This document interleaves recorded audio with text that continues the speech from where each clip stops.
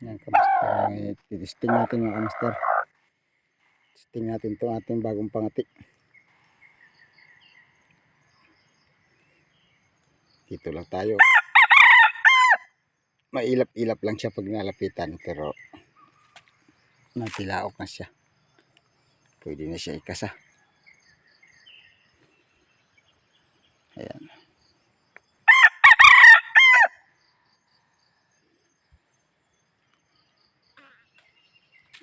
Master, umutot pa yata yung labuyo at manok na to.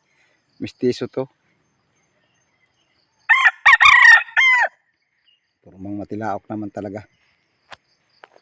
Pinalit natin to sa ating malaking manok. Medyo inaano ko lang kasi medyo may kailapan.